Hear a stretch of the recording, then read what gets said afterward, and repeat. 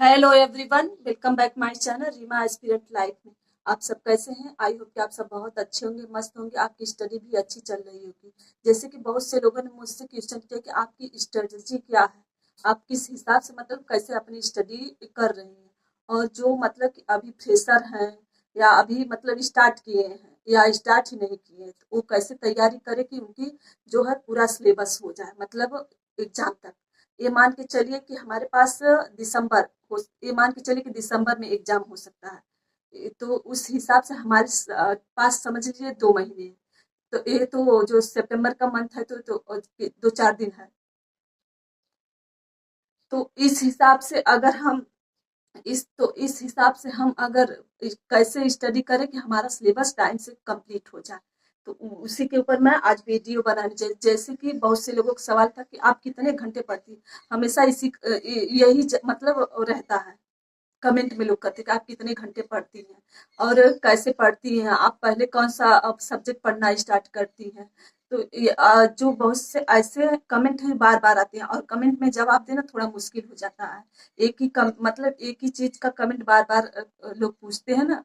तो सबको इस वजह से मैं सोची इस पर वीडियो बनाती हूँ, मैं क्या स्ट्रेटजी अपना रही हूँ अपनी स्टडी में। जैसे कि टाइम पे जब तक एग्जाम हो तब तक मतलब कि सिलेबस हम लोगों का कंप्लीट हो जाए। जैसे कि न्यू जैसे जहां तक हो सकता है जरूर दिसंबर तक एग्जाम होगा, जरूर होगा, आप चाहे कुछ भी हो। और न्यू टीजीटी पीजीटी के भी आने के चांसेस है, तो उसमें और जो लोग नए हैं मुझसे जुड़े हैं, नए लोग हैं, मतलब कि जो अभी नए हैं तो उन लोगों को पूरा मालूम नहीं है। तो इसलिए सोची कि इस पर वीडियो बना देते हैं। जो 2021 वाला फॉर्म नहीं फिल किए हैं, तो मैं उन लोगों को जो नए टीजीटी पीजीटी की तैयारी कर, तो उन लोगों को के लिए भी वीडियो बना रही हूँ इसी में। मतलब वो कैसे अपनी तैयारी करे और कैसे अपना सिलेबस कंप्लीट करे टाइम पर, और इसमें कितना कट ऑफ जा सकता है और मेरिट क्या होगी। तो जो इन सब बातों पर, इन चीजों पर मैं बात करूंगी। चलिए तब स्टार्ट करते हैं। जैसे कि मैं यूपी टीजीटी पीजीटी भर्ती जो है 2022 में जो हुई थी उसके बारे में बता रही हूँ। तो आप सबको मैं किस हिसाब से मतलब मैं अपना स्ट्रेटजी बनाई हूँ। जैसे कि ये मान के चलिए हमारे पास 2 मंथ है, बस 2 मंथ है। उस हिसाब से हमें अपना जो है क्या सिलेबस कंप्लीट करना है। तो हमें कितने घंटे पढ़ना होगा कि हमारा सिलेबस कंप्लीट हो जाए। अब से तैयारी करेंगे तो कैसे करें तैयारी, और इसका जो है ये अप्लाई जो है ऑल सब्जेक्ट के ऊपर अप्लाई हो सकता है। और जो कट ऑफ जो है इसका कितना हो सकता है 2024 का। तो ये इसी पर मैं वीडियो बना जाए, और टारगेट एक दिन का कितना रखे और कितना हमें टारगेट रखना है कि हम इतना नंबर लाएं कि उस हिसाब से हमारा सिलेक्शन हो जाए इस वैकेंसी में। चलिए तब स्टार्ट करते हैं। सबसे पहले मैं आप लोगों को बता दूं, सबसे पहले मैं आप लोगों को ये बताना चाहूँ कि जैसे कि होम साइंस में 5 ब्रांच होते हैं, सभी लोगों को मालूम 5 ब्रांच होते हैं। इसमें जो पहला ब्रांच है फूड एंड न्यूट्रिशन, उसमें प्लस हो जाएगा एनाटॉमी, मतलब शारीरिक क्रिया विज्ञान, ये हो जाएगा इसमें न्यूट्रिशन साइंस। और जो फिर सेकंड है होम मैनेजमेंट, थर्ड है टेक्सटाइल एंड क्लॉथिंग, और फोर्थ है हो जाएगा ह्यूमन डेवलपमेंट और सीडी, और ये हो जाएगा एक्सटेंशन एजुकेशन। सबसे पहले मैं आप सबको ये बताना चाहूंगी कि मैं घंटे के हिसाब से स्टडी नहीं करती, मैं चैप्टर वाइज, मतलब कि एक दिन में मुझे कितना कंप्लीट करना इस हिसाब से मैं स्टडी अपनी करती हूँ। जो मेरी स्ट्रेटजी है उस हिसाब से मैं करती हूँ। तो आप लोगों को अच्छा लगे ये स्ट्रेटेजी तभी आप लोग अपना सकते हैं। मतलब सबका रूटीन, सबके मतलब जो रूटीन होता है घर का डेली रूटीन अलग अलग होता है, तो उस हिसाब से हर कोई मैनेज नहीं कर पाता। तो अगर आप उस इस हिसाब से मैनेज कर पा रहे हैं तो अब और भी अच्छा है। अगर नहीं मैनेज कर पा रहे हैं तो अपने हिसाब से स्टडी करिए, मतलब जितना आपको टाइम, जब टाइम मिले तब स्टडी करिए। जैसे कि मैं आप सबको बता दूं, मैं सबसे पहले 2021 वाले एग्जाम में मतलब देखी कि किसमें सबसे ज्यादा क्वेश्चन पूछे गए, किस ब्रांच से। तो सबसे पहले मैं बता दूं एक्सटेंशन एजुकेशन में और क्या कहते हैं होम मैनेजमेंट में ज्यादा क्वेश्चन पूछे गए थे। इसमें से दोनों, इस दोनों में से, इन दोनों ब्रांच में से ज्यादा क्वेश्चन पूछे गए थे। तो सबसे पहले हमें अगर अपने टारगेट डेली का बनाना, तो सबसे पहले हमें होम मैनेजमेंट पढ़ना होगा पहले ब्रांच में, किस क्योंकि इन दोनों में से ज्यादा क्वेश्चन, ज्यादा से ज्यादा क्वेश्चन, 40 के करीब 35 इस तरह से 40-40 के करीब मतलब क्वेश्चन बने थे। तो इसलिए मैं बता रही हूँ। जैसे कि होम मैनेजमेंट, पहले आपको होम मैनेजमेंट लेना है, फिर उसके बाद सेकेंड स्लॉट में आपको एक्सटेंशन एजुकेशन पढ़ना, फिर थर्ड स्लॉट में आपको टेक्सटाइल एंड क्लॉथिंग लेना है, और फिर हो गया, फिर इसके बाद आपको फोर्थ स्लॉट में फूड एंड न्यूट्रिशन साइंस लेना, और फिर लास्ट स्लॉट में जो 5वां स्लॉट है, तो आपको यहाँ से ये 5वें स्लॉट में लेना है सीडी वाला। तो सीडी वाले पोर्शन में से जो होता है, जो है सीडी जो बाल विकास है, बाल मनोविज्ञान है, उसमें से ज़्यादा क्वेश्चन पूछा जाता है, और जो थ्योरी वाला जो सिद्धांत पूछा जाता है उसमें से क्वेश्चन बहुत कम बनते हैं। तो इस हिसाब से अगर अपने स्टडी मतलब स्लॉट लेंगे तो सही रहेगा। जैसे कि आपको पहले होम मैनेजमेंट पढ़ना है, तो आपको एक दिन का एक चैप्टर लेना है, एक दिन का एक चैप्टर कंप्लीट करना है। अगर आप मॉर्निंग में पढ़ना उठ के पढ़ रहे हैं तो और भी अच्छा रहेगा। जैसे कि इसमें 5 ब्रांच है, तो आप समझ लीजिए 6 स्लॉट ले सकते हैं। इसमें एनाटॉमी जो है ह्यूमन फिजियोलॉजी उसका भी हो जाता है, तो उसको समझ लीजिए 6 स्लॉट हो गया एक दिन का। तो आपको सबसे पहले होम मैनेजमेंट लेना, एक चैप्टर इसका कंप्लीट करना, फिर दूसरे स्लॉट में एक्सटेंशन एजुकेशन इसका चैप्टर कंप्लीट करना, फिर थर्ड स्लॉट में टेक्सटाइल से एक चैप्टर कंप्लीट करनी है, और फिर इसके बाद फूड एंड न्यूट्रिशन साइंस से एक चैप्टर कंप्लीट करना, और हो जाएगा एनाटॉमी जो ह्यूमन फिजियोलॉजी है उसका भी एक चैप्टर आपको कंप्लीट करना है। फिर उसके बाद सीडी का, लास्ट में आपको सीडी तैयार करना है, और एनाटॉमी जैसे कि जो फूड एंड न्यूट्रिशन साइंस का है ब्रांच, ये हो जाएगा पार्ट ना बहुत बड़ा हो जाता है, इसमें पूरा आ जाता है, फूड एंड न्यूट्रिशन साइंस में पूरा चैप्टर आ जाएगा, इसमें हेल्थ साइंस भी आ जाता है। तो आपको एक काम करें, एनाटॉमी जो है उसको अलग पढ़ना है, तो इससे थोड़ा इजी हो जाएगा। 6 ब्रांच आपको लेना है।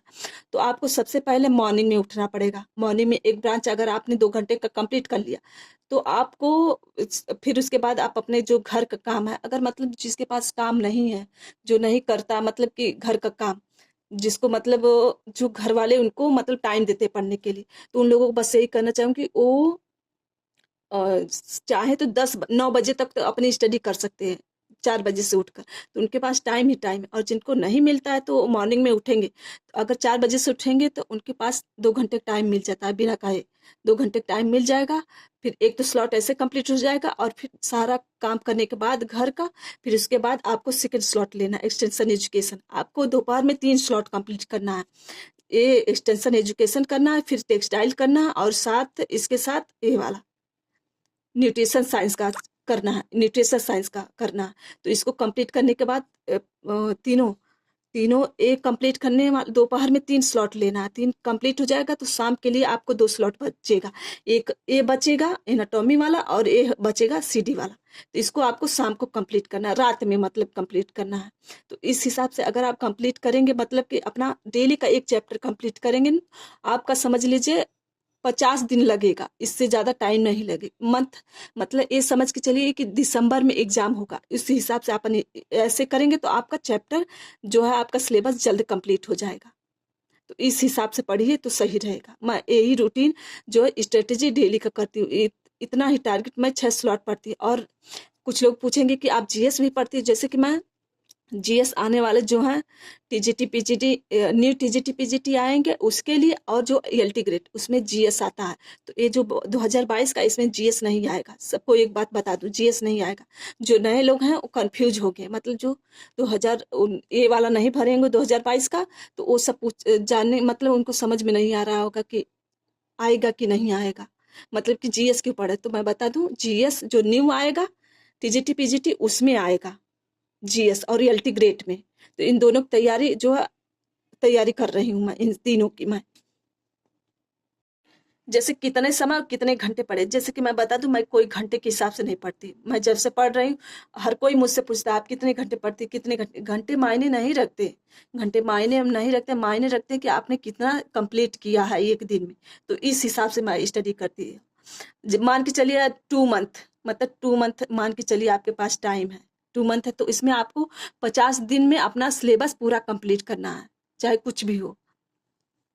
और फिर डेली पढ़े, आपको डेली स्टडी करनी है नाइट में कि डे में। जैसे कि आप जिस हिसाब से मतलब आपको टाइम मिल रहा है उस हिसाब से आप अपना रूटीन बना सकते हैं। किसी को नाइट में टाइम मिलता है, किसी को डे में टाइम मिलता है। जैसे जो हाउस वाइफ है उन सबको तो दिन में, और जो बच्चे हैं जिनके, तो उन सबको दिन में थोड़ा टाइम कम मिलता होगा, तो उनके लिए नाइट बहुत अच्छा है। नाइट में मतलब कि स्टडी करने से जो चीज़ें मतलब कि आप सुबह से क्या कहते हैं, सुबह से रात तक कंप्लीट करते हैं, वही अगर उतना ही टारगेट आप रात में पढ़ेंगे तो आराम से मतलब 4-5 घंटे में कंप्लीट हो जाता है। कि मतलब कि एक लगातार आप उस पर काम करते हैं तब वो कंप्लीट हो जाता है। रात तो सही रहता है, लेकिन टाइम के हिसाब से जिसको जिस टाइम टाइम समय मिलता है उस हिसाब से वो इंसान काम करता है।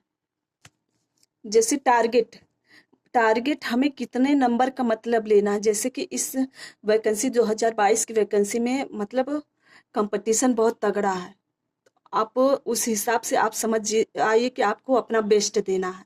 जैसे कि 125 क्वेश्चन मतलब 125 नंबर का है, तो आप उसमें से 120 नंबर तो लाना है। लाना इतना लाएंगे तभी जाके आप सेफ जोन में हैं। और पेपर का लेवल कैसा रहेगा? पेपर का लेवल वैसे मॉडरेट ही रहेगा, और इसका कट ऑफ 2021 से ज़्यादा जाएगा। इसका कट ऑफ जो है 2021 से ज़्यादा जाएगा, सभी लोगों को मालूम, क्योंकि 2021 वाले में 12,000 वैकेंसी आई थी 2021 वाले में, लेकिन 2022 में तो बस 4,000 कितने वैकेंसी आई हैं। तो इस हिसाब से आप जानिए क्या कंपटीशन रहेगा इस एग्जाम में। और इसके लिए 4 से 5 साल 6 साल लोग तैयारी कर रहे हैं।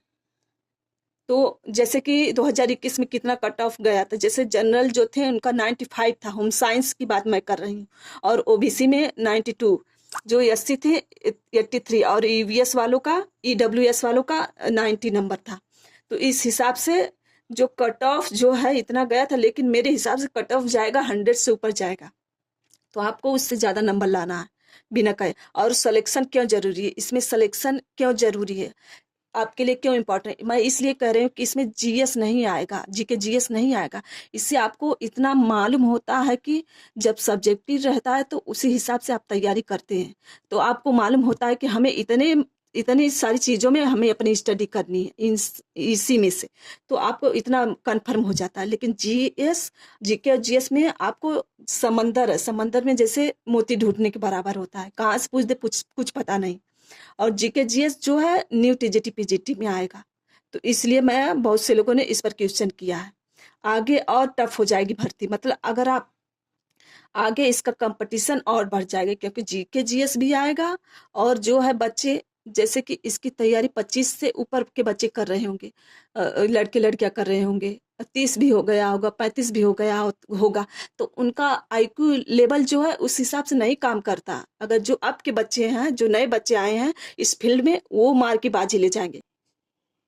और लास्ट में यही कहना चाहूंगी आप लोगों से, जो आपको को टाइम बचता है 50 दिन में अगर आपने अपना सिलेबस कंप्लीट कर लिया, तो उसके बाद आपके पास जो टाइम बचता है वो रिवीजन के लिए और प्रैक्टिस सेट के लिए, तो उसके लिए भी आपको टाइम निकालना। जितना आप प्रैक्टिस सेट और रिवीजन करेगा उतना सही रहेगा, क्योंकि हमारी तैयारी मतलब हमारा एग्जाम यही 2 चीज़ें तय करती है, रिवीजन और एक प्रैक्टिस सेट।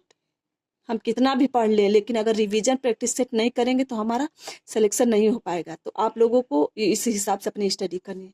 चलिए तब ठीक है, मैं अपनी वीडियो यहीं बंद करती हूँ।